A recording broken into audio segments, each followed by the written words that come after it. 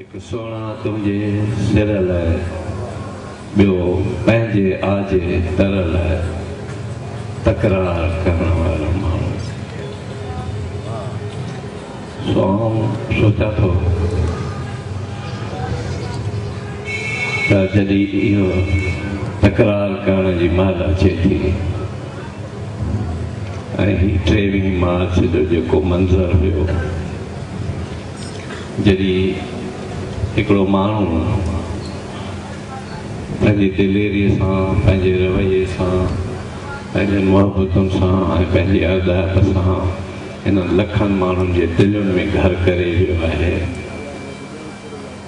ऐं हीउ छो त बुनियादी शइ जीअं साईं असांखे मंज़ूर महमूद साहिब जेके ॻाल्हियूं कयूं सभिनी ॿुधियूं, बुनियादी शइ जेका आहे असां वटि जंहिंजी अफ़सोस सां चवणो पवंदो त खोट आहे।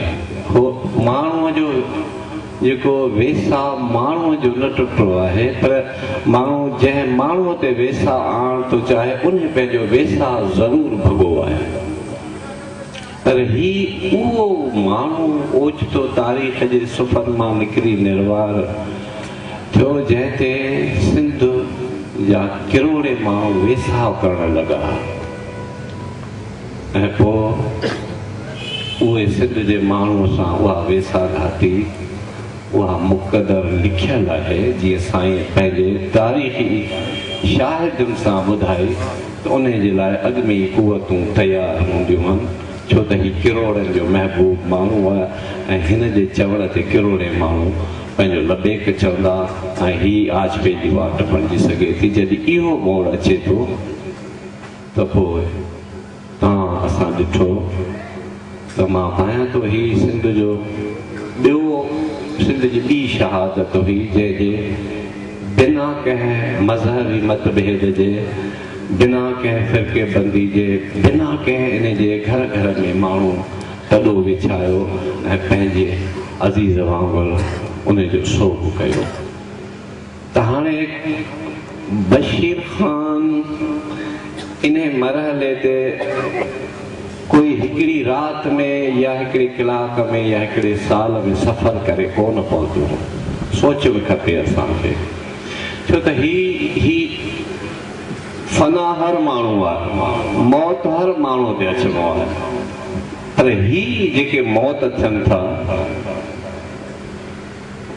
अहिड़नि मौतनि मां असांजे मथां फर्ज़ थो बीहे त असीं इन मौत ते जेका कावड़ अचे थी पंहिंजो पाण ते, पंहिंजे सॼे हिन सिरिश्ते ते, उनखे असांजे मथां वर वर लाज़िम बणिजे थो त असीं उहा सॼी कावड़ पंहिंजी सघ में मटायूं। असीं सॼी कावड़ पंहिंजे सघ में मटायूं ऐं इहो ई साम्राज जो जवाबु थी सघे थो। जेकॾहिं ईअं न कंदासीं त वरी अञा ॿियनि शहादतुनि जो इंतज़ारु बेशक करिणो पवंदो असांखे। पर जेकॾहिं असीं हाणे ई पंहिंजी कावड़ियुनि खे पंहिंजे सघ में मटाए असीं इज्तिमाही तौर ते धरतीअ जा निगहबान जे बशीर ख़ान थियो। मां उहा ॻाल्हि कई त हिकिड़े ॾींहं में कोन बशीर ख़ान ठहियो। बशीर ख़ान रते ते नौंदे कुझु विरायो कोन्हे।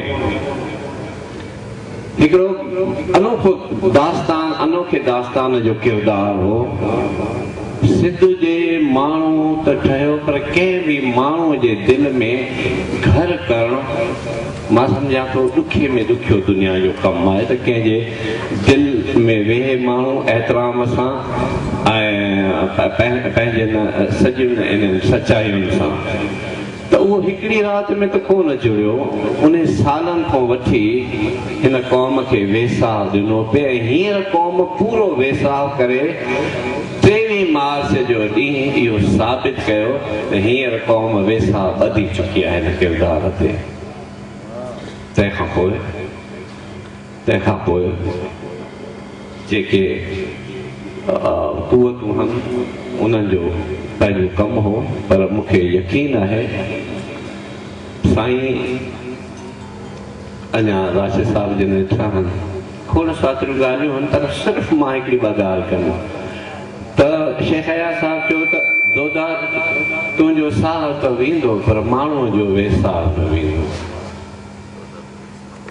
दोदा तुंहिंजो साह त वेंदो पर माण्हूअ जो वेसाह न वेंदो। ख़ुदा जे वास्ते आउं अपील थो करियां त जेकॾहिं असां माण्हू पंहिंजे सिफ़ुनि में कुवत ऐं सग इज्तिमाइयत नथा पैदा कयूं। इज्तिमाइयत सभिनी जो हिकिड़ो मर्कज़ आहे, धरती। उन खां पोइ बाक़ी सानवी मसइला आहिनि। असां जॾहिं पंहिंजे शऊरी लाशऊरी तौर ते ही पंहिंजी जान पंहिंजो तन मन जॾहिं उन धरतीअ सां जंहिंखे असीं माउ बि चऊं था, जंहिंखे असीं माउ करे मञूं था, सिर्फ़ु ॻाल्हियुनि अफ़साननि में न, पर जंहिं दिलि सां चयो त हीअ धरती मुंहिंजी माउ आहे त उनजी निगहबानी करण बि फर्ज़ु आहे उनजे जायनि ते। तंहिंजे करे ही सभु शयूं सम्झण जूं आहिनि। साईं जेके मुबहम ॻाल्हियूं कयूं, इहा तारीख़ सिंध जी भरी पई आहे, तारीख़ भरी पई आहे। तंहिंजे करे असां जंहिं अॼु हाल में माज़ीअ खां सबक़ु न वरितो त उनखे मुस्तक़बिल जी वाटूं कॾहिं बि न मिलंदियूं। तंहिंजे करे माज़ी जी जेका तारीख़ आहे, माज़ी जा जेके वेसा घातियूं आहिनि, उन मां असीं सबक़ु वठी असीं मुस्तक़बिल जी वाट जोड़ियूं त हिन मोड़ ते जॾहिं सिंध जा सभु वसीला लुटिजण लॻा आहिनि ऐं लुटिया विया आहिनि ऐं लुटिजी चुका आहिनि,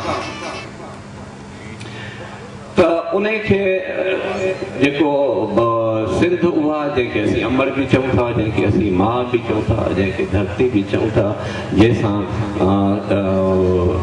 सॼो सलाड़जी बि चुका आहियूं, त पोइ उनजी रखवाली उन निगहबानी करणु त असांजो फर्ज़ु आहे। असीं सिर्फ़ु इन ॻाल्हि ते वचन करियूं, कहिड़ी बि धुन हुजे, कहिड़ो बि माण्हू हुजे, जीअं साईं चयो त शाह बेले में बि लही वेंदो, पर उन में बि जेके वेठा आहिनि उन्हनि वटि हीअ दिलि त आहे न, उन्हनि खे इहो त अहसासु आहे त उहा जेका मानी ट्रेवियल मानी खाइनि था पिया, उहो सलो हिन मिटीअ माउ मां थो पैदा थिए ऐं असीं सभु उन मिटी माउ जे हवाले सां जुड़ियल आहियूं।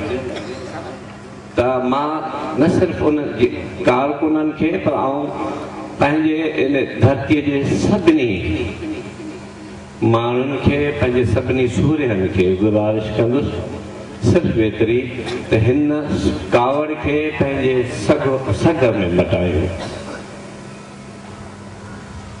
हिकमत अमली जोड़ियूं।